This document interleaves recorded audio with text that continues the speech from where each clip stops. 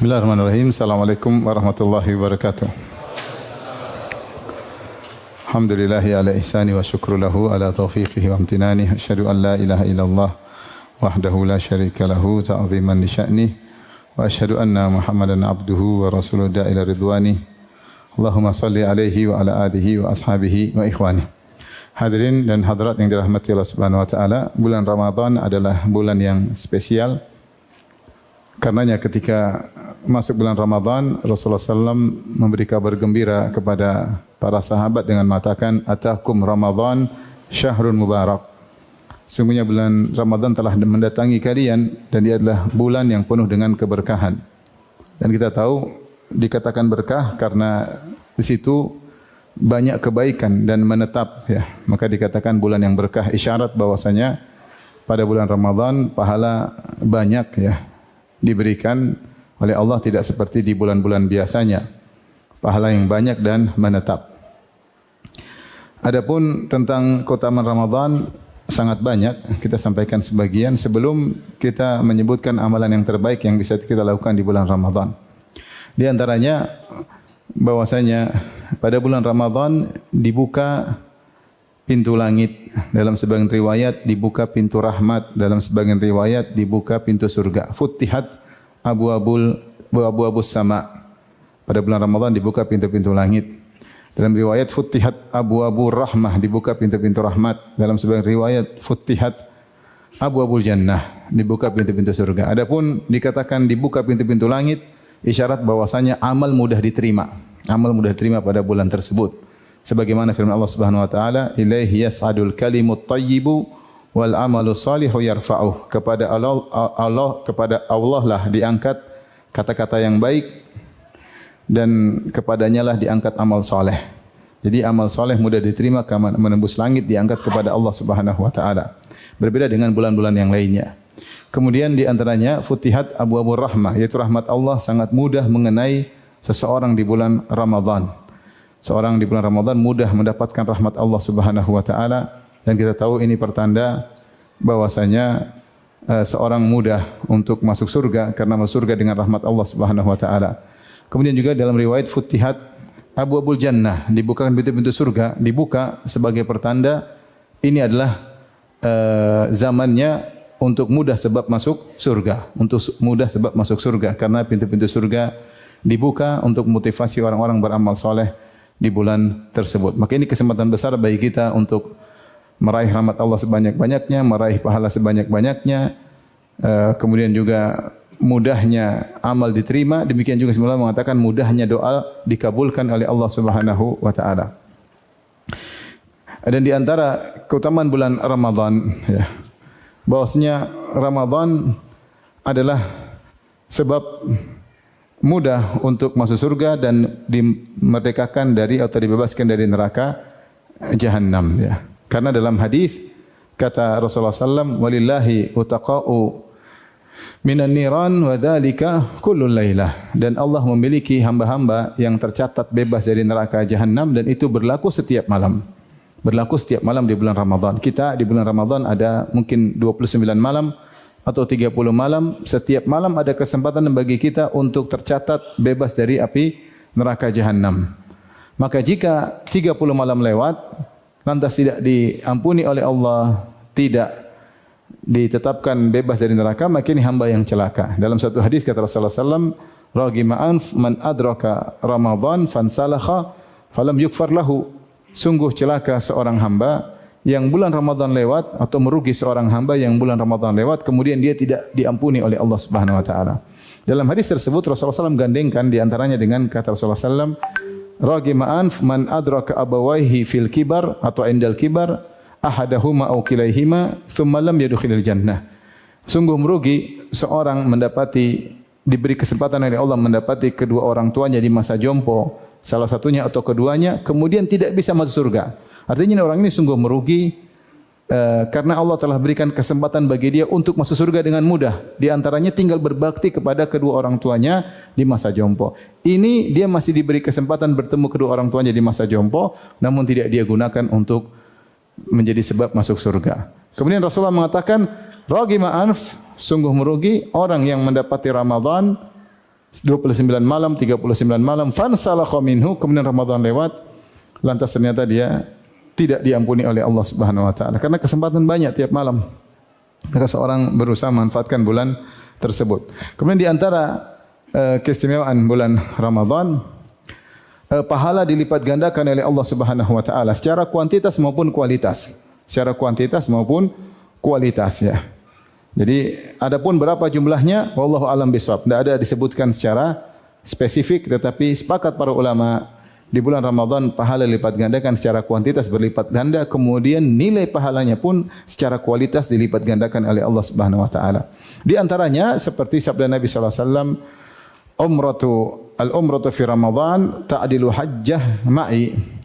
Siapa yang umrah di bulan Ramadan seperti haji bersamaku. Ini dalil bahwasanya umrah di bulan Ramadan tidak sama umrah di bulan-bulan yang lainnya. Sampai Rasulullah mengatakan seperti haji, bahkan haji bersama Nabi sallallahu alaihi wasallam. Ini dalil bahwasanya pahala dilipat gandakan dengan sebanyak-banyaknya secara kuantitas maupun kualitas. Semuanya mau tasbih, zikir, baca Quran, di antaranya umrah. Di antaranya di bulan Ramadan ada Lailatul Qadar yang Allah berfirman Lailatul Qadri khairun min alfi syahr.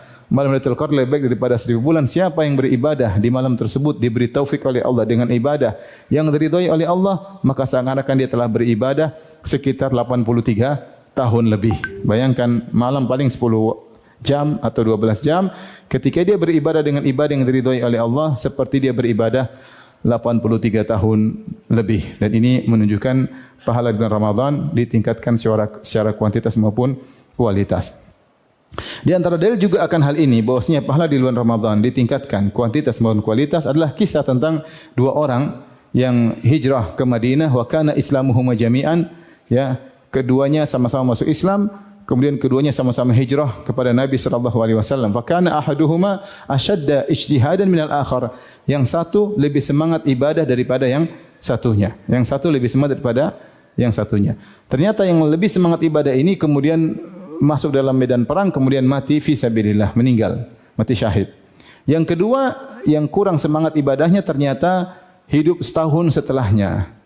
Kemudian akhirnya meninggal juga. Jadi jarak meninggal yang pertama dan kedua bedanya setahun. Yang pertama lebih semangat ibadah daripada yang kedua. Kemudian Talha bin Ubaidillah melihat dalam mimpi bahwasanya ternyata yang kedua yang meninggal terlambat lebih duluan masuk surga daripada yang pertama dalam mimpinya. Maka dia pun heran dalam mimpinya tersebut, bagaimana bisa yang kedua masuk surga daripada yang pertama? Maka jadi isu ketika itu, sampailah kabar kepada Nabi sallallahu alaihi wasallam. Maka Rasulullah mengatakan, "Mimma ta'jabun?" Apa yang buat kalian heran? Bagaimana ya Rasulullah yang kedua ini kurang semangat, lebih semangat yang pertama daripada yang kedua? Kenapa yang kedua lebih duluan masuk surga? Maka Rasulullah SAW mengatakan, "Alaisa makatha ba'dahu sanah?" Bukankah orang yang kedua sempat hidup setahun setelah yang pertama? Fa'adraka Ramadhana fasawmahu, bukankah di 1 tahun tersebut dia dapat bulan Ramadan kemudian dia berpuasa? Bukankah dia salat berapa rakaat? Kata Rasulullah, sungguh derajat antara keduanya antara langit dan bumi. Yang jadi perhatian kita, Rasulullah SAW mengatakan, Alaisa qad makatha ba'dahu sanah, alaisa qad adraka Ramadhan fasawmahu, bukankah dia masih hidup setahun setelah yang orang pertama dan dia mendapati bulan Ramadan dan dia berpuasa. Itu Rasulullah menjadikan dalil derajat dia lebih tinggi daripada yang pertama dan dia masuk surga lebih dahulu karena sempat berpuasa di bulan apa? Ramadan. Ini semua syawahid atau dalil-dalil penguat yang menunjukkan bahwasanya pahala ibadah bulan Ramadan secara kuantitas maupun kualitas diperbanyak ibadah apapun secara umum. Kemudian di antara keutamaan Ramadan, kalau Ramadan adalah kesempatan untuk diampuni dosa-dosa oleh Allah Subhanahu wa taala. Makanya Rasulullah SAW mengatakan Ramadan ila Ramadan, yaitu salatul khams, al-umrah ila al-umrah, Ramadan ila Ramadan, mukaffiratun ma bainahunna idza junibatil kaba'ir. Umrah yang satu, umrah berikutnya, salat 5 waktu, Jumat ila Jumat, Ramadan sampai Ramadan berikutnya menghapuskan dosa-dosa di antara keduanya. Ada yang mengatakan Ramadan diambil dari ramdha, yaitu panas, karena membakar dosa-dosa, menghilangkan dosa-dosa dari seseorang jika dia berpuasa di bulan Ramadan. Ya. Taib, ikhwan dan akhwat yang rahmati Allah Subhanahu wa taala, ya. Oleh karenanya para salaf dahulu mereka semangat untuk beribadah di bulan Ramadan lebih daripada bulan-bulan yang lainnya. Itu tadi hanya sekilas tentang keutamaan bulan Ramadan. Tentu keutamanya sangat masih banyak. Namun pada kesempatan kali ini kita akan bahas ibadah apa saja yang dianjurkan untuk dilakukan di bulan Ramadan. Secara umum ibadah apapun pahalanya berlipat ganda. Tadi sudah kita sebutkan. Tapi di sana ada ibadah-ibadah spesial yang dianjurkan untuk dilakukan ketika bulan Ramadan. Yang pertama tentunya adalah berpuasa ya. Berpuasa. Rasulullah SAW bersabda, "Man shama Ramadhana imanan wa ihtisaban ghufira lahu ma taqaddama min dzambih." Siapa yang berpuasa di bulan Ramadan dengan penuh keimanan dan berharap pahala, maka diampuni dosa-dosa yang telah lalu. Di sini ada dua syarat Rasulullah pasang. Yang pertama adalah imanan, yaitu beriman bahwa ini perintah Allah. Ya, saya menahan makan, menahan minum, tidak makan, tidak minum, menahan lapar dan dahaga dari terbit fajar sampai terbenam matahari, ini karena perintah Allah. Ini syariat Allah Subhanahu wa taala. Kemudian wahtisaban, ihtisab itu berharap pahala. Sebenarnya mengatakan bedanya orang ihtisab dengan tidak ihtisab itu dia semangat karena ada yang dia harapkan. Jadi jangan kita puasa Ramadan hanya sekedar rutinitas tahunan, tidak, tapi ada harapan. Ini pahalanya ada. Jadi ada ihtisab. Makanya dalam hadis kata Rasulullah SAW, la ujra atau la ajra ila an hisbah. Tidak ada pahala kecuali dengan berharap. Ini perlu kita hadirkan. Jadi ihtisab itu menunjukkan semangat ketika berpuasa sehingga tidak menjadikan puasa sebagai beban. Memang ada rasa beban, tapi kita berusaha mengalahkan perasaan beban tersebut dengan semangat bahwasanya di balik puasa ini pahalanya sangat besar ya. Di antaranya ghufira lahu ma taqaddama min dzambih. Akan diampuni dosa-dosa yang telah lalu ya. Siapa yang tidak ingin diampuni apa? Dosa-dosa ya. Kita tahu puasa Arafah, puasa Muharram menghapuskan dosa-dosa setahun dan 2 tahun, bahkan 2 tahun. Ini Ramadan lebih hebat lagi ya, menghapuskan seluruh dosa-dosa yang telah lalu. Ya. Kalau kita punya dosa-dosa besar, istighfar, bertobat. Dosa-dosa kecil enggak terhitung dosa kita setahun ini. Coba antum merenungkan berapa banyak wanita kita lihat tidak terbuka auratnya. Banyak atau tidak? Banyak. Setiap buka medsos kita lihat. Betapa banyak, mungkin banyaklah kita dengar yang tidak benar. Selentingan ada musik, selentingan ada apa. Banyak yang kita lakukan selama setahun. Banyak dan bahkan banyak dosa yang tidak sempat untuk kita istighfar darinya. Belum itu terkait kita dengan Allah. Ya. Dan banyak dosa kita mungkin prasangka buruk sama Allah Subhanahu wa taala ya. Dosa ini banyak ya, banyak. Belum dosa terkait dengan orang-orang sekitar, terkait dengan pasangan kita, anak-anak. Banyaklah kita ini tidak sulit jaga pandangan, jaga mulut, jaga lisan, jaga telinga, susah. Maka ini kesempatan kita untuk diampuni oleh Allah Subhanahu wa taala dengan syarat tadi bahwasanya ada imanan dan ihtisab. Kemudian kata Rasulullah sallallahu alaihi wasallam, kullu amali bani Adam yudha'af. Al-hasanatu bi asyri amsalha ila 700 dhifin. Sungguhnya amalan para hamba dilipat gandakan. Satu kebaikan menjadi 10 kali lipat sampai 700 kali lipat. Illa siyam, kecuali puasa, fa innahu li. Kecuali puasa, sungguhnya puasa adalah untukku. Ya. Wa ana ajizi bihi, dan aku yang akan membalasnya. Ya. Yadha'u ta'amahu wa syarabahu wa syahtahu min ajli ya. Dia meninggalkan makanannya, minumannya ya, dan syahwatnya karena aku ya. Di sini ada isyarat bahwasanya pahala puasa sangat banyak. Karena di awal hadis kata Rasulullah SAW, seluruh pahala anak Adam antara 10 sampai berapa? 700 kali lipat. Kemudian Nabi berkata, ini hadis qudsi, kata Allah, illa siyam, kecuali puasa. Fa innahu li, itu khusus. Karena itu untukku dan pahalanya aku khususkan. Wa ana ajizi bihi, aku yang akan khususkan. Dan Allah berfirman, innama yuwaffas sabiruna ajrahum bighairi hisab. Sungguhnya orang yang sabar pahalanya tanpa batas. Dan pada puasa terkumpul 3 model kesabaran. Kesabaran jalan ketaatan, kesabaran meninggalkan maksiat, dan kesabaran menahan lapar dan dahaga. Itu kesabaran mengalami kesulitan, menghadapi kesulitan.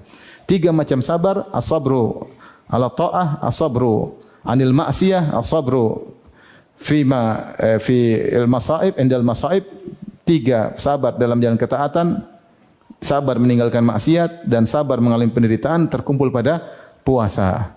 Sehingga orang yang berpuasa pahala yang sangat besar, sangat besar. Taib.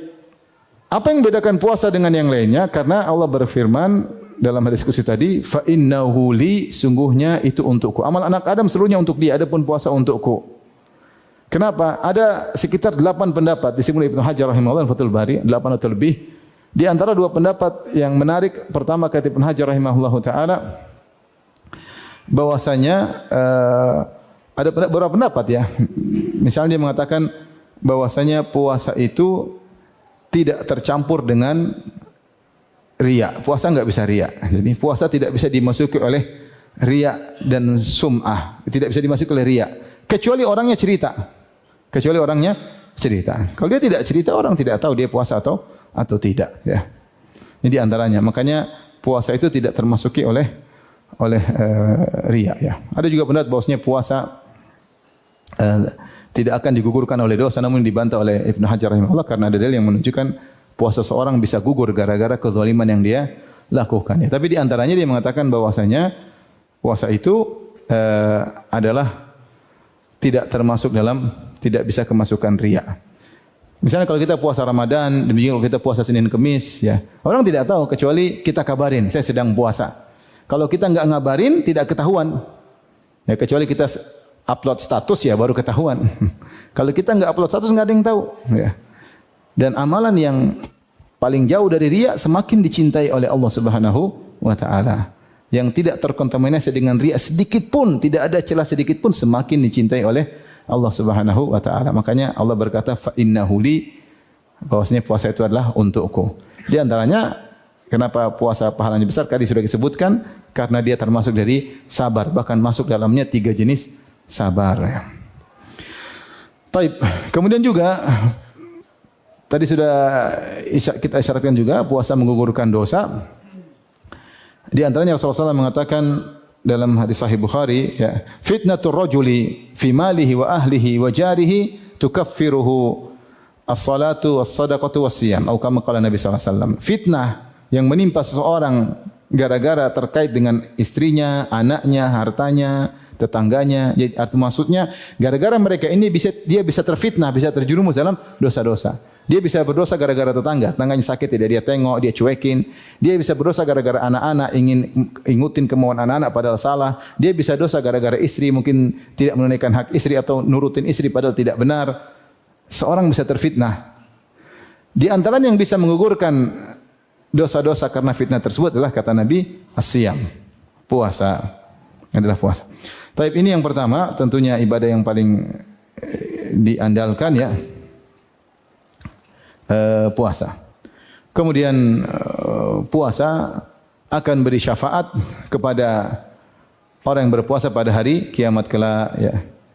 Kata Rasulullah SAW, puasa nanti pada hari kiamat berkata, yaqulu siyam, Rabbi mana'tuhu at-ta'am wa syahwah, fasyafi'ni fihi. Ya Rabbku, sungguhnya aku telah mencegah dia dari makanan dan minuman dari syahwat.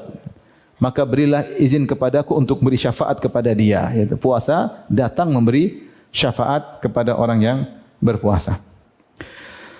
Tapi kita lanjutkan. Di antara amalan yang dianjurkan selain puasa adalah qiyamul lail. Adalah salat malam. Dalilnya jelas kata Rasulullah SAW, man qama ramadhana imanan wa ihtisaban ghufira lahu ma taqaddama min dhanbihi. Siapa yang qama Ramadan, maksudnya siapa yang salat malam di bulan Ramadan dengan penuh keimanan dan ihtisab. Tadi beriman ini perintah Allah, ihtisaban dengan semangat mengharapkan pahala, maka akan diampuni dosa-dosanya yang telah lalu.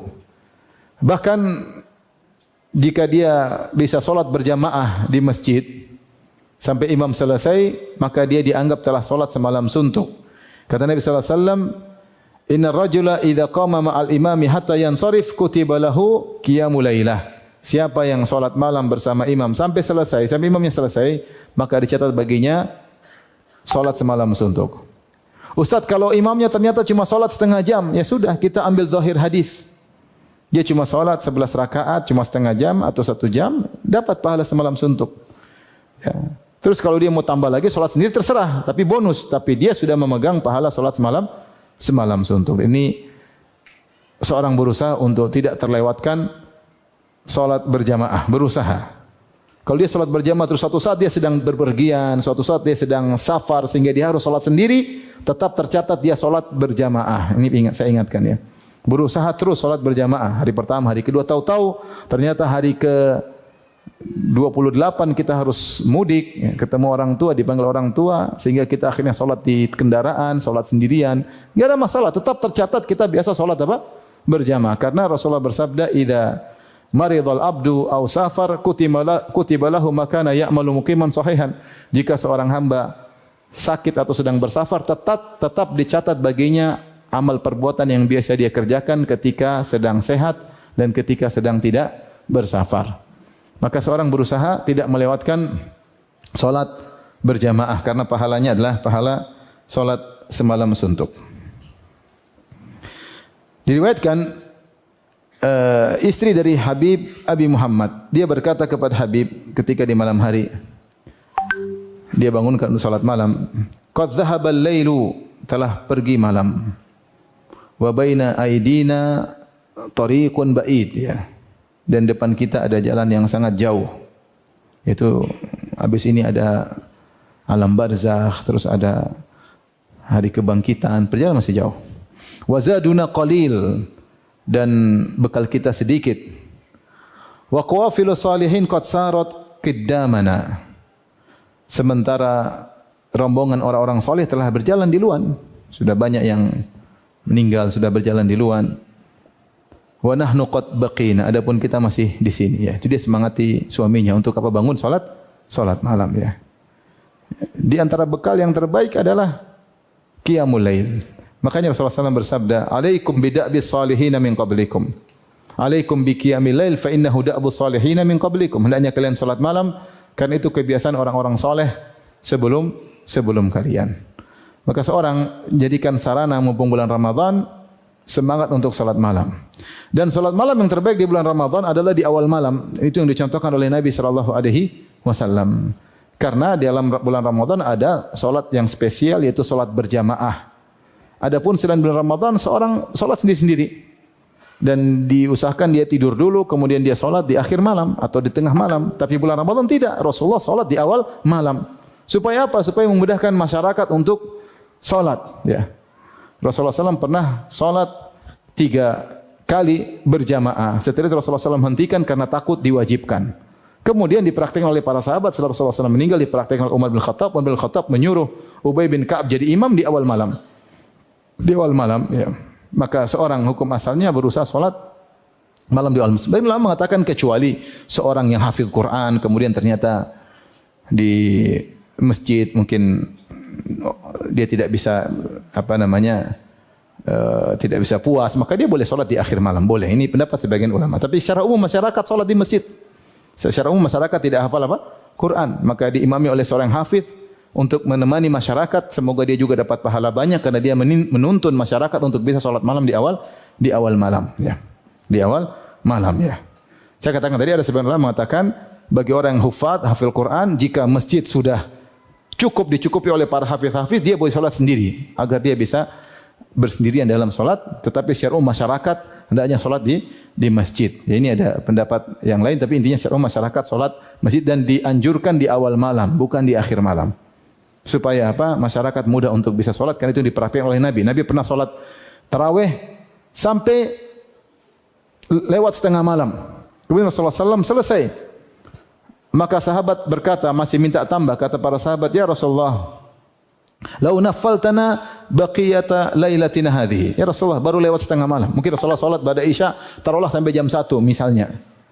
Masih ada 2 jam, 3 jam lagi. Kata sahabat, "Ya Rasulullah, tambah dong, masih ada setengah lagi." Subhanallah, kalau kita dari jam 8, jam 1, alhamdulillah, akhirnya selesai. Sahabat masih ingin nambah. Maka Rasulullah berkata, "Man qama ma'al imami hatta yansarif kutiba lahu qiyamul lailah." Siapa yang salat sampai selesai, sudah dicatat pahala semalam apa? Semalam suntuk. Jadi berusaha salat malam. Apalagi ada masjid yang kemudian misalnya baca Al-Quran runut sehingga kita bisa dengarlah lantunan khatam Quran 1 kali khatam di suatu masjid. Kalau bisa ada, kita sabar, kita dengerin solat dari awal, dan kita harus serius untuk solat malam tersebut. Jangan telat, itu datang benar-benar maghrib di masjid, isya di masjid, nungguin sambil nunggu imam kita baca Quran. Serius, kita seriusin malam-malam yang indah di bulan Ramadan. Alhamdulillah kita masih ada umur, masih ada nafas, masih bisa menikmati bulan Ramadan. Betapa banyak orang yang sudah tidak bisa lagi menikmati bulan Ramadan. Ingat kata tadi, nasihat dari wanita seorang saleh, zaduna qalil. Bekal kita cuma apa? Sedikit. Kita selama ini sibuk bekal dunia, bekal akhirat kita kurang perhatian. Ini kesempatan bagi kita untuk memperbanyak bekal akhirat. Saya sering sampaikan kepada jamaah-jamaah kalau mereka lagi tawaf, silakan Bapak Ibu minta kepada Allah. Dunia boleh, tapi jangan dunia yang banyak-banyak diminta. Minta banyak-banyak apa? Akhirat. Dunia boleh. Jangan tawaf 7 putaran, ya Allah lunasi hutangku, lunasi hutangku. 7 putaran, ya Allah bangunkan rumahku. Ya. Minta dunia, minta juga apa? Akhirat. Justru akhirat yang paling banyak kita minta. Karena dunia akan kita tinggalkan. Ya. Kita menuju pada alam baru yang akan abadi, kita tinggal di sana. Maka bekal kita perlu banyak untuk membangun istana di akhirat kelak. Taib. Ibadah berikutnya yang juga sangat dianjurkan adalah berdoa. Allah berfirman dalam Al-Quran, ya, yaitu tentang ayat-ayat puasa, dimulai dari ayat 183, ya ayyuhalladzina amanu kutiba alaikumusiyam. Ini ayat 183 surat Al-Baqarah. Wahai orang beriman, diwajibkan kalian berpuasa. Kemudian ayat 184, ayyaman ma'dudat faman kana minkum maridun aw ala safarin fa iddatun min al-ukhra. Kemudian ayat 185, Allah berfirman, syahrul ramadhan alladzi unzila fihil Qur'an. Bulan Ramadan diturunkan Al-Quran. Jadi ayat 183, 184, 185 semua tentang Ramadan. Kemudian tiba-tiba diselipin ayat 186 tentang doa. Ayat 186 tentang doa. Wa idza sa'alaka ibadi anni fa inni qarib ujibu da'watad da'i idza da'an. Jika hambaku bertanya kepada engkau tentang aku, sungguhnya aku dekat. Aku mengabulkan doa orang yang berdoa kepadaku. Falyastajibu li wal yu'minu bi la'allahum yarshudun. Hendaknya mereka memenuhi perintahku, hendaknya mereka beriman kepadaku, semoga mereka dalam petunjuk. Inilah 186 ternyata tentang doa. Kemudian 187 kembali lagi tentang Ramadan. Kata Allah, "Uhilla lakum lailatas siyami rafathu ila nisaikum." Jadi 183 tentang Ramadan, 184 tentang Ramadan, 185 tentang Ramadan, 186 tentang doa, 187 tentang apa? Tentang Ramadan. Kata Ibnu Katsir kalau tidak salah, diselipkannya ayat ini tentang doa di antara ayat-ayat puasa, ayat-ayat Ramadan menunjukkan doa di bulan Ramadan sangat mudah dikabulkan dan dia adalah ibadah yang agung. Seakan-akan Allah suruh banyaklah berdoa di bulan Ramadan, di bulan Ramadan.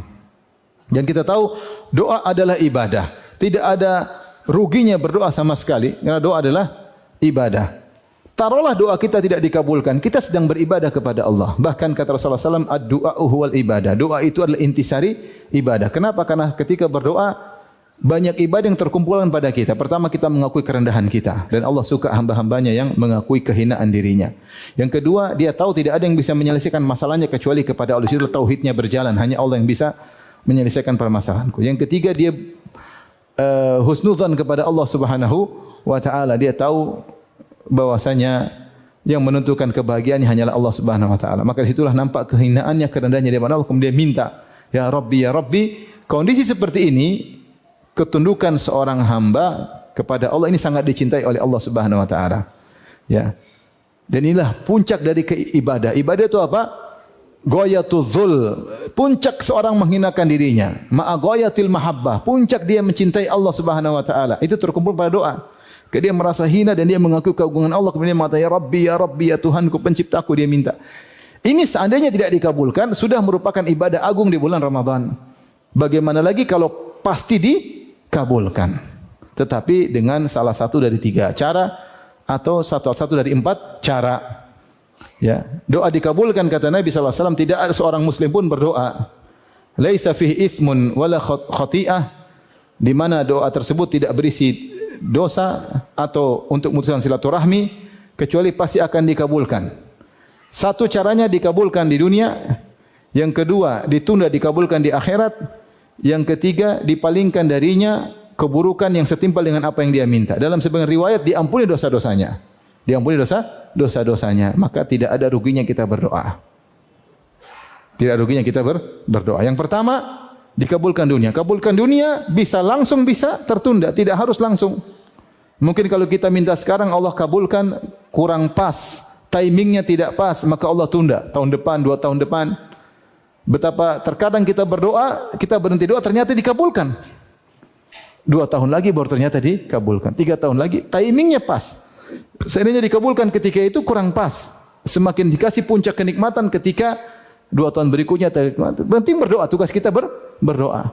Kata Umar bin Khattab, "Inni la ahmilu hamma al-ijabah, walakinni ahmilu hamma doa." Aku tidak peduli untuk dikabulkan tidak. Bagiku yang penting aku bisa berdoa, kata Umar. Karena kalau saya sudah berdoa pasti dikabulkan, pasti dikabulkan. Taib, yang pertama dikabulkan. Kita semua tentunya ingin model pertama dikabulkan di dunia, cepat atau lambat. Tapi belum tentu yang terbaik bagi kita. Maunya kalau dikabulkan sekarang tidak. Ya Allah langsung depan mata, maunya begitu. Tapi kalau seandainya selalu dikabulkan depan mata, langsung ujub, sombong. Wih, saya kalau berdoa langsung sudah rusak. Allah lebih tahu mana yang terbaik. Kalaupun tidak dikabulkan dunia, ada 2, dikabulkan di akhirat. Saya tanya sama antum, mana lebih bagus dikabulkan dunia atau di akhirat? Di akhirat, di akhirat kalau dikabulkan berarti dengan nikmat surga. Jauh lebih afdal daripada nikmat dunia. Kita pengennya di dunia. Tapi terkadang Allah tidak mau kasih, Allah mau kasihnya di mana? Di akhirat.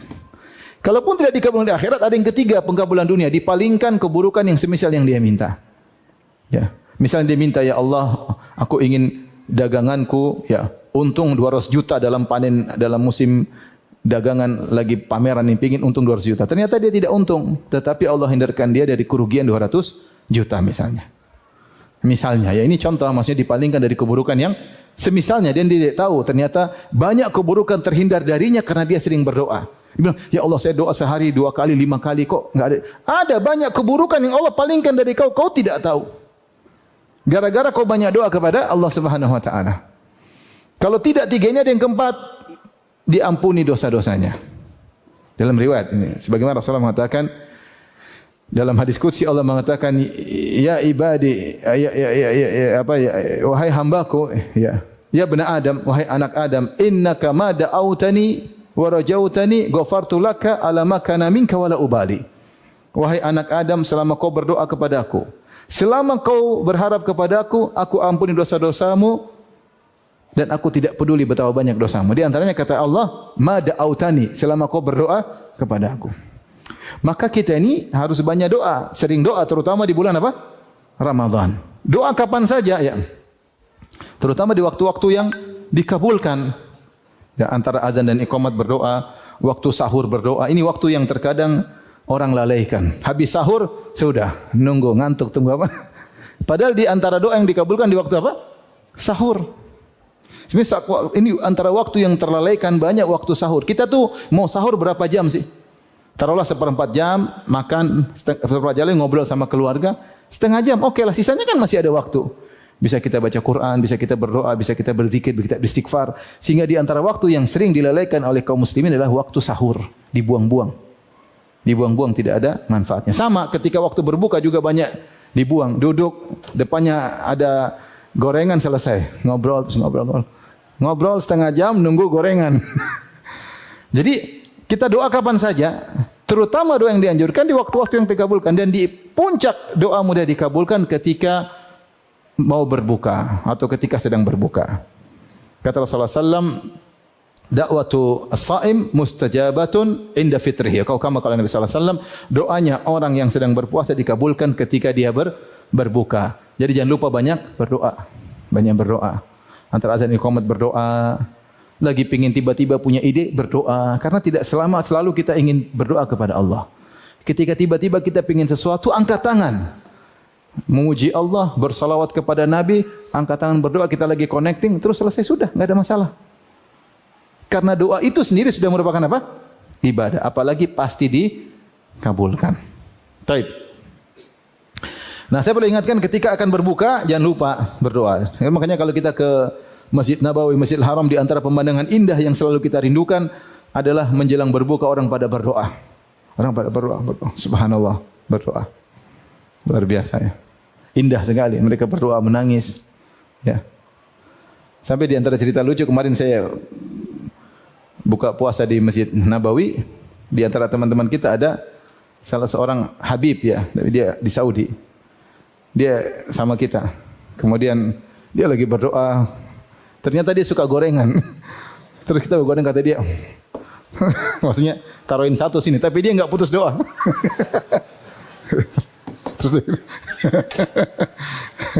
Terus berdoa, enggak ada masalah kan doa. Rasulullah pernah berdoa terus apa?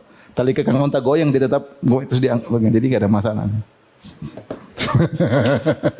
Tapi berdoanya lama luar biasa. Doanya lama. Ya. Saya ngobrol sampai tidak tahu ternyata dia penduduk asli kota Medan, ternyata Habib. Setelah saya tanya-tanya, kamu siapa, famnya apa, famnya baru ketahuan ternyata dia Habib. Tapi intinya mau saya, itu pemandangan indah yang terkadang tidak kita lihat di tanah air. Kita kalau duduk di depan tempat buka, kadang-kadang kita ngobrol. Baca doa jadi enggak enak. Jangan, sudah, jadi kita berusaha hidupkan sunnah, tidak usah pekewu-pekewu. 10 menit sebelum berbuka, angkat tangan berdoa. 5 menit sebelum berbuka, angkat tangan berdoa. Ya. Sampai saya pernah di parkiran Masjid Nabawi, ketika dia masih tinggal di sana, sering parkir di bawah, menjelang berbuka, di parkiran orang berdoa. Bukan Ramadan, puasa Senin Kemis dia berdoa. Karena dia enggak sempat lagi, tinggal 5 menit, dia kalau naik lewat jalan mungkin kelewat waktu, dia berdoa di parkiran. Buka baru kemudian dia naik. Subhanallah. Jadi doa itu sangat penting. Situlah kita semakin sering berdoa, kita semakin dekat dengan Allah, semakin bertawakal kepada Allah Subhanahu wa taala. Dan di antara orang yang paling dekat dengan Allah, orang yang paling sering berdoa, dan orang yang paling berdoa, paling banyak berdoa adalah Nabi Muhammad sallallahu alaihi wasallam. Tapi ibadah berikutnya yang dianjurkan adalah qiraatul Quran. Tentunya qiraatul Quran. Inilah bulan spesial, bulan Ramadan, syahrul Ramadan alladzi unzila fihi al-Quran. Bulan Ramadan adalah bulan yang diturunkan Al-Quran. Dan malaikat Jibril datang khusus kepada Nabi untuk ngajarin Al-Quran. Ya. Setiap bulan Ramadan. Dan di akhir Ramadan ketika Nabi sebelum meninggal, malaikat Jibril datang 2 kali menghatamkan Quran bersama Nabi. Ya. Hina ja'ahu Jibril fayudarisuhul Quran. Datang Jibril, kemudian Jibril mengajarkan Al-Quran kepada Nabi. Ya. Diajarkan, mungkin murajaah bersama Jibril sampai selesai. Ya. Sampai selesai. Ya. Dan ini dalil bahwasanya di antara keistimewaan bulan Ramadan adalah bulan Al-Quran. Oleh karenanya para salaf dahulu mereka mengutamakan baca Al-Quran. Sampai di antara mereka ada yang meninggalkan ta'lim hadis gara-gara fokus baca Al-Quran. Berkata Ibnu Abdul Hakam, kana Malikun idza dakhala Ramadan taraka qira'atal hadis wa mujalasata ahli ilm wa aqbala ala tilawatil Quran minal mushaf. Adalah Imam Malik. Dia punya majelis di Masjid Nabawi, dia imam dari hijrah, majelis hadis. Kalau sudah datang Ramadan, dia tinggalkan majelis hadis dan dia tinggalkan bermujalasah dengan para ulama. Maka dia fokus untuk baca Al-Quran dari mushaf, dia baca selama bulan Ramadan. Saatnya untuk berdua-duaan berkhulwat dengan Allah Subhanahu wa taala. Wa qala Abdul Razzaq berkata, "Kana Sufyan Ats-Tsauri idza dakhala Ramadan taraka jami'al ibadah wa aqbala ala tilawatil Quran." Kalau sudah masuk bulan Ramadan, Sufyan Ats-Tsauri meninggalkan seluruh model-model ibadah dan dia fokus baca Al-Quran. Wa kana Az-Zuhri, yaitu tabi'i, wa kana Az-Zuhri idza dakhala Ramadan yafirru minal hadits wa mujalasati ahli ilm wa yuqbilu ala tilawatil Quran minal mushaf. Adalah Az-Zuhri kalau sudah masuk bulan Ramadan, maka beliau lari dari majelis hadis dan dia tidak mau ketemu dengan para ulama, tapi beliau sibuk baca Al-Quran dari mushaf. Ya. Oleh karenanya Ibnu Rajab menjelaskan, memang benar datang dalam hadis larangan untuk menghatamkan Quran kurang dari 3 hari, karena maksud baca Quran adalah tadabbur juga, bukan sekedar tilawah. Ya, tetapi maksudnya kata Ibnu Rajab, kalau terus menerus itu dilarang. Adapun kalau waktu-waktu khusus, amma fil awqatil mufaddalah ka syahri Ramadan, adapun di waktu-waktu spesial seperti bulan Ramadan, khususan al-layaliya allati yutlabu fiha Lailatul Qadar, terutama malam-malam yang diharapkan Lailatul Qadar. Ya. maka ini silakan baca Quran banyak-banyak. Au fil amakinil mufaddalati, au fil amakinil mufaddalati kama kata liman dakhalaha min ghairi ahliha. Demikian juga tempat-tempat mulia seperti Mekah. Bang siapa yang datang ke Mekah dan dia bukan penduduk Mekah, kesempatan sedang berada di tanah suci, dia boleh baca Quran khatam meskipun kurang dari tiga hari. Fayustahabbu al-ikthar fiha min tilawatil Quran waqtinaman li fadilati zaman wal makan, maka dianjurkan dia banyak baca Al-Quran dalam rangka memanfaatkan waktu mulia maupun tempat yang mulia. Adzan kah? Berapa menit lagi? Taib, jadi ini penting ya. Maka seorang fokus baca Al-Quran. Dia berusaha khatam di bulan Ramadhan. Ya. Sekali oke, dua kali oke, tidak harus banyak-banyak. Ya. Karena kalau dia bisa gabungkan antara membaca dengan tadabbur, itu yang terbaik. Karena tujuan dari baca Quran adalah tadabbur. Ustaz Imam Malik, Imam Syafi'i khatam Quran sebulan 60 kali. Itu sehari 2 kali. Bagaimana tadabburnya? Imam Malik, Imam Syafi'i bisa tadabbur. Dia ahli tafsir. Dia baca Quran cepat tapi semua tafsir di kepalanya. Nah, kita baca Quran udah lambat enggak ngerti artinya. Jadi kalau niru para ulama tidak semua orang bisa. Imam Syafi'i sampai sehari 2 kali apa? Khatam ya. Sehari dua kali khatam. Itu tidak mudah karena harus baca apa? Cepat. Tapi tajwid masih bisa.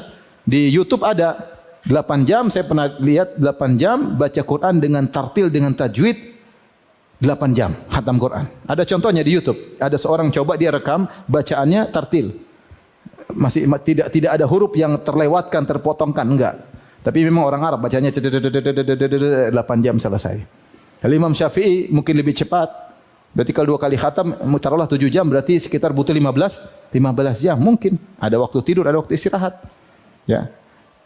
Intinya seorang berusaha baca Quran, kalau dia bisa gabungan antara baca dengan tadabbur, itu lebih baik. Karena tujuan kita baca Quran untuk meningkatkan iman. Kata Ibnu Mas'ud, kifu inda ajaibihi. Berhentilah pada hal yang kita lagi baca ayat menakjubkan, kita penasaran, baca. Ya. Baca arti penjelasannya, baca tafsirnya. Ya. Ya. Jangan sampai jadikan pusat perhatianmu pada akhir surah. Jangan, kata Ibnu Mas'ud. Harus target. Tidak harus demikian. Tidak harus demikian, baca. Tapi intinya seorang berusaha khatam Quran sekali, 2 kali, semakin banyak lebih baik. Tapi gabungkan antara baca dengan apa? Tadabbur. Bahkan kalau dia baca sekali, tapi dia baca terjemahnya, menurut saya itu sangat baik. 1 bulan dia bisa baca khatam Quran sekali aja. Dengan terjemahannya semuanya, luar biasa. Luar biasa. Makanya saya pernah cerita, ada kawan, doktor, dia sekolah di Amerika. Jadi dia ini diminta oleh seorang ustaz untuk terjemahkan Quran dalam bahasa Inggris. Maka dia boleh terjemah Quran dalam bahasa Inggris. Ketika dia terjemah terpaksa dia baca tafsir. Dia baca tafsir 30 juz agar terjemahnya benar. Setelah dia baca tafsir, dia tahu Quran itu luar biasa ternyata. Luar biasa. Makanya dia suruh anak-anaknya tiap hari harus baca Al-Quran. Bahkan dia sama saya, Ustaz, anak saya enggak pernah tanya rapotnya bagaimana, enggak pernah. Yang saya tanya, kamu udah baca Quran belum? Saya enggak pernah tanya rapotmu bagaimana, ujian, saya enggak peduli. Karena saya tuh Quran itu luar biasa. Saya pernah terjemah, saya baca pernah tafsir 30 juz. Dan anak saya mahasiswa terbaik.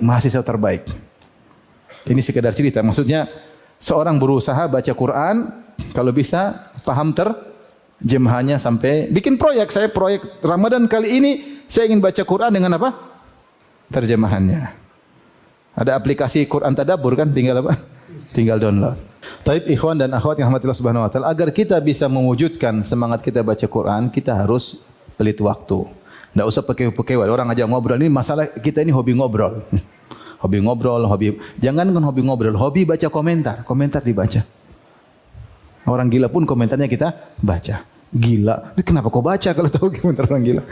Jadi repot, waktu kita habis. Medsos itu mencuri umur kita. Maka kalau kita ketemu teman, saya lupa, belum selesai target. Saya punya wirdul yaumi. Baca dulu ya, oke. Sebentar, belum selesai. Terus baca, lupakan dia, enggak ada masalah. Baca terus. Ini bulan Ramadan. Setiap detik sangat bernilai. Jangan lupa semangatin istri dan anak-anak.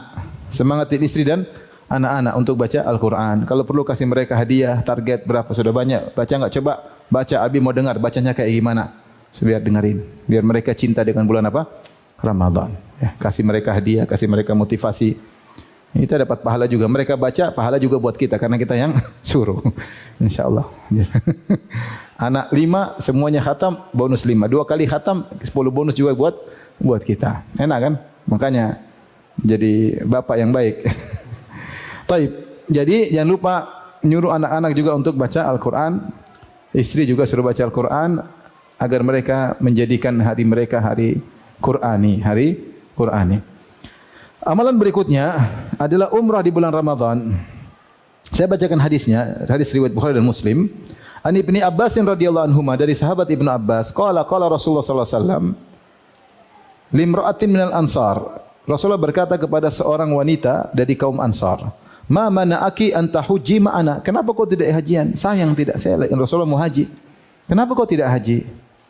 Maka dia menyebutkan uzurnya. Dia berkata, qalat kana lana nadhihun farakiba abu fulan wa ibnuhu li zawji ibnihi wa taraka nadhihan namdahu alaihi. Kami punya 2 onta karena haji butuh tunggangan.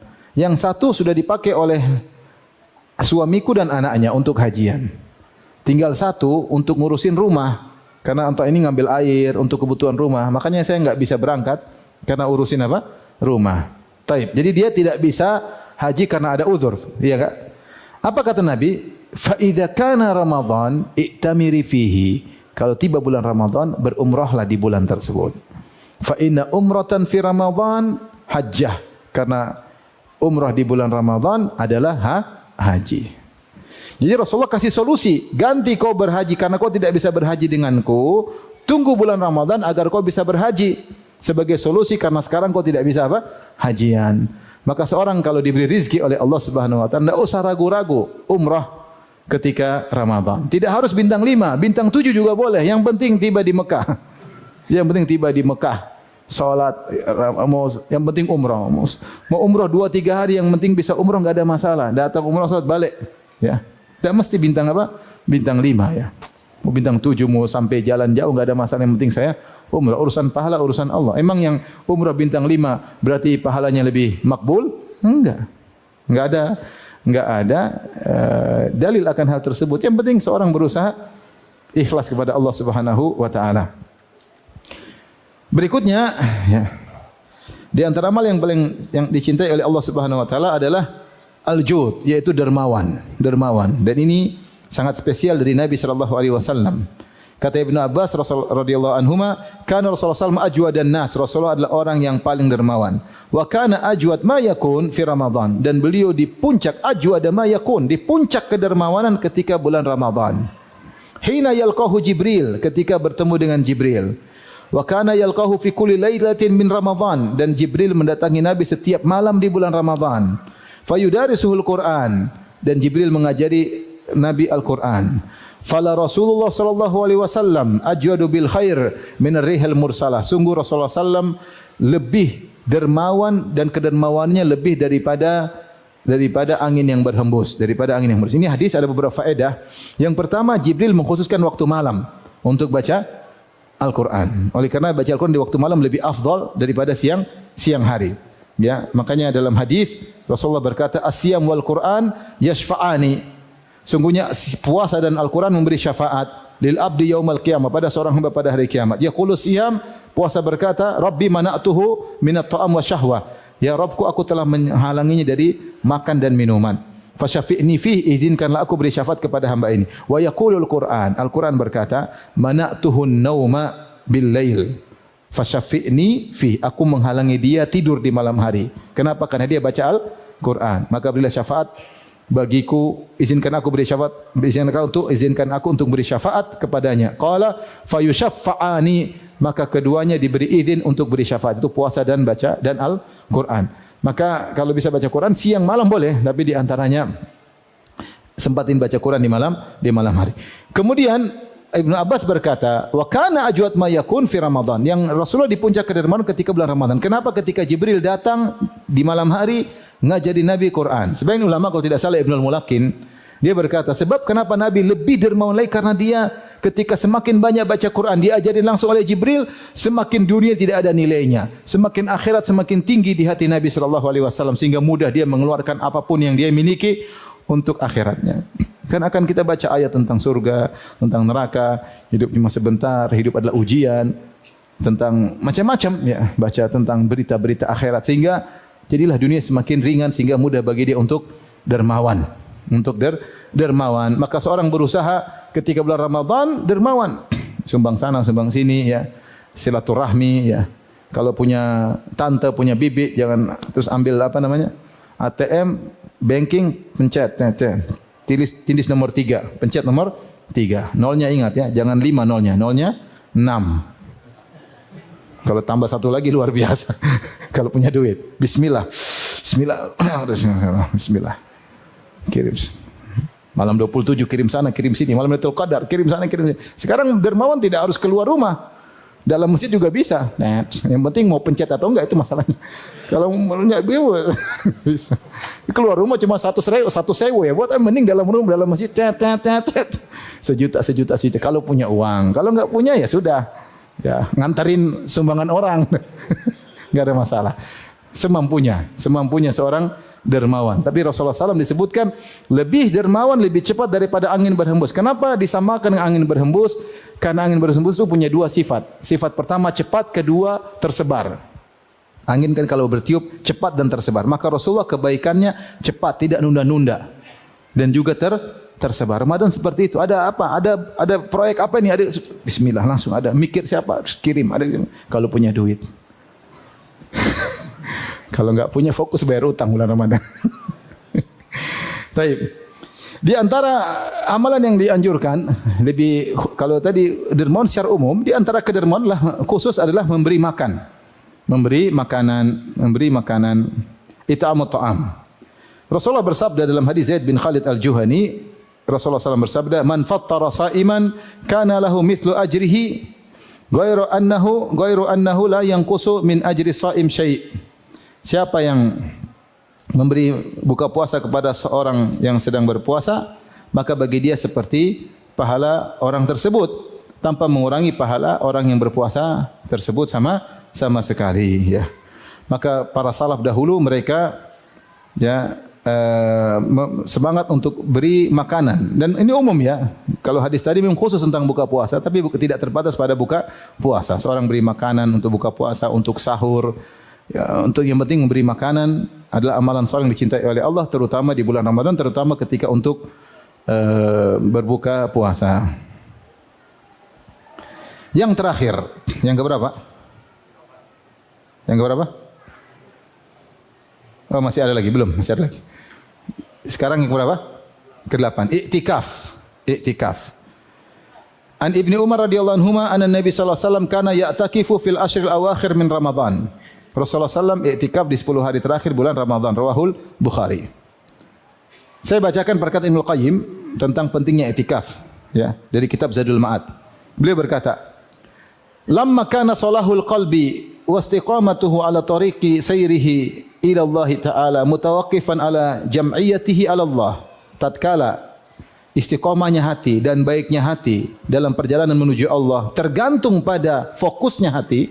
Jadi kalau kita mau jalan terbaik agar hati menjadi baik, menjadi istiqamah harus fokus kepada Allah dalam perjalanan kita menuju Allah.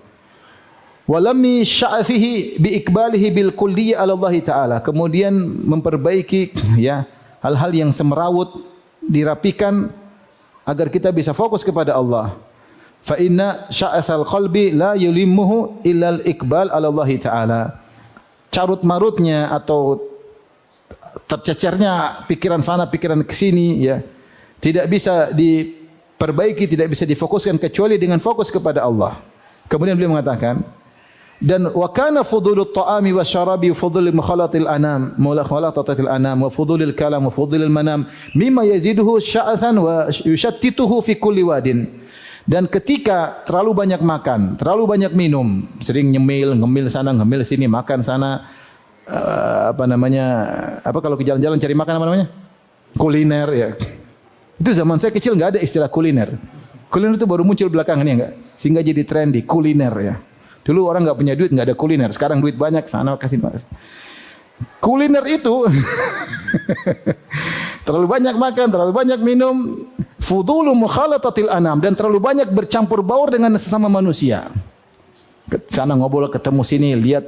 Bercampur manusia itu bisa dua, kita ngobrol atau kita lihat kondisi mereka. Dua-duanya kita lakukan. Ketemu orang ngobrol, tiap hari buka ini itu namanya ini interaksi dengan apa? Manusia. Wa fudulil kalam, terlalu banyak bicara. Wa fudulil manam, terlalu banyak tidur. Mimma yaziduhu sya'athan wa yushattituhu fi kulli wadin, membuat semakin tercerai-berai dan membuat hati ini kemana-mana pikirannya.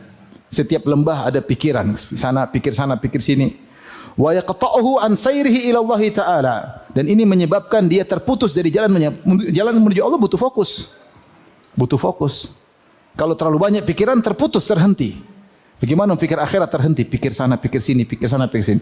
Au yudha'ifuhu, atau menjadikan lemah perjalanan menuju Allah.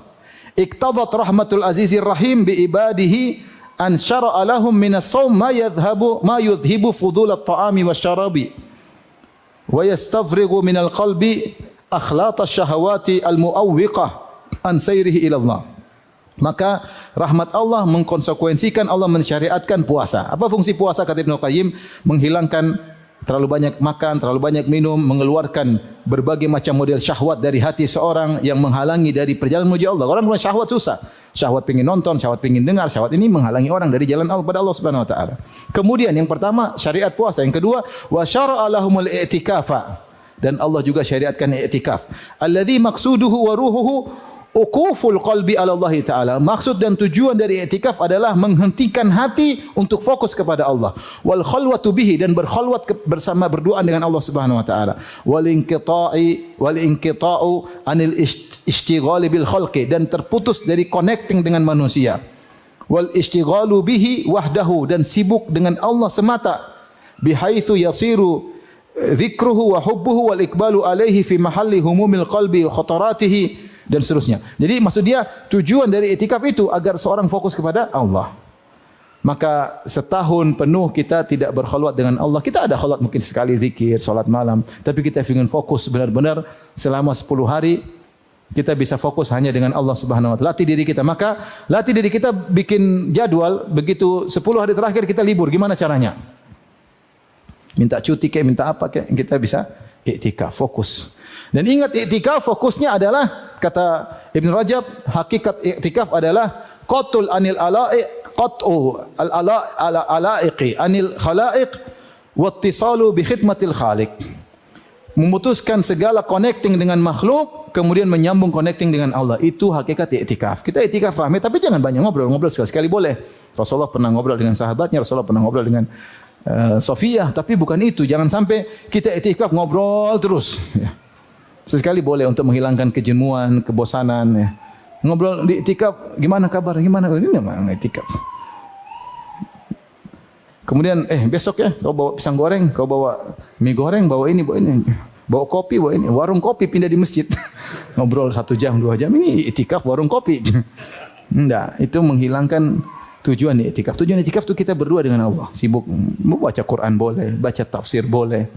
Sesekali ngobrol enggak ada masalah, kita ta'awun 'alal birri wat taqwa untuk menghilangkan kebosanan, kejemuan, enggak ada masalah, ada keperluan. Tapi kita ingin fokusnya untuk bisa i'tikaf. Kalau bisa alhamdulillah ya, berusaha sisihkan waktu. Kalau enggak bisa 10 hari sebisanya. Berapa hari pun bisa, enggak ada masalah. Kalau enggak bisa 1 hari penuh, 1 siang 1 malam, enggak bisa sebisanya. Yang penting ada duduk di masjid berzikir kepada Allah, baca Quran dan seterusnya. Yang terakhir, yang keberapa? Yang ke-9 adalah meninggalkan maksiat. Ini adalah ibadah yang agung. Karena tujuan puasa adalah la'allakum tattaqun. Kata Allah Subhanahu wa taala, kutiba alaikumus syiyam kama kutiba alal min qablikum la'allakum tattaqun. Disyariatkan bagi kalian untuk berpuasa, diwajibkan puasa sebagaimana umat-umat sebelum kalian agar kalian bisa bertakwa. Bertakwa adalah meninggalkan maksiat. Makanya orang berpuasa tapi tetap maksiat, puasanya tidak diterima. Man lam yada' qaula zur wal amala bi wal jahla falaysa lillahi hajatun fi ayyadi ta'ama wa syaraba. Siapa yang berpuasa tapi tidak meninggalkan dusta, maksiat, maka Allah tidak butuh dengan lapar dan dahaganya. Rasulullah SAW bersabda, rubba shaimin laisa lahu min saumihi illa al-ju' wal atas. Betapa banyak orang yang berpuasa, dia tidak mendapatkan dari puasanya kecuali hanya lapar dan dahaga. Bahkan Nabi mengajarkan adab, idza kana yaumu siyami ahadikum fala yaskhab wa la yajhal Kalau sedang puasa jaga adab, jangan teriak-teriak, enggak ada kerjaan, jangan berbuat ngekangguran. Sampai teriak-teriak pun jangan, ini tidak beradab. Wa in sabbahu ahadun, kalau ada orang seorang maki dia, falyaqul inni mar'un shaim, jangan dilayani, bilang saya sedang puasa. Saya sedang puasa. Yaitu agar dia hormat dengan kita sehingga dia tidak mengganggu puasa kita. Jangan bilang nanti habis buka di belakang, buka ketemu dibilang sekarang saya lagi puasa nanti. Jangan. Dia bilang sudah kita tidak pingin. Jadi jangankan maksiat, hal-hal yang tidak adab saja Rasulullah suruh tinggalkan karena kita sedang berpuasa. Kita sedang berpuasa itu argo jalan karena kita sedang berpuasa, meninggalkan dari terbit maghrib, terbit fajar sampai maghrib, argo pahala jalan. Maka seorang menjaga dirinya sehingga dia harus berbeda daripada bulan-bulan yang lain. Di antaranya tidak bermaksiat. Hati-hati, lagi Ramadan lihat film Korea, buyar. Film India, film Hollywood, film Los Angeles. Dengar musik-musik, dengar gibah dan namimah. Jangan. Sayang puasa kita, sayang puasa kita. Ustaz nanti habis puasa baru maksiat, enggak juga. Maksud mumpung sekarang lebih ditekankan karena kita ingin diampuni oleh Allah Subhanahu wa taala. Jangan, hati-hati dengan HP ini yang paling merusak pahala ibadah puasa kita. Karena di situ banyak maksiat yang kita lihat. Ya, banyak yang kita lihat. Tapi demikian saja ikhwan dan akhwat yang dirahmati Allah Subhanahu wa taala. Semoga Allah mudahkan kita semua untuk berpuasa di bulan Ramadan dan semoga Allah menerima amal ibadah kita di bulan Ramadan dan juga di bulan-bulan yang lainnya. Tapi demikian saja. Wabillahi taufiq. Assalamualaikum warahmatullahi wabarakatuh.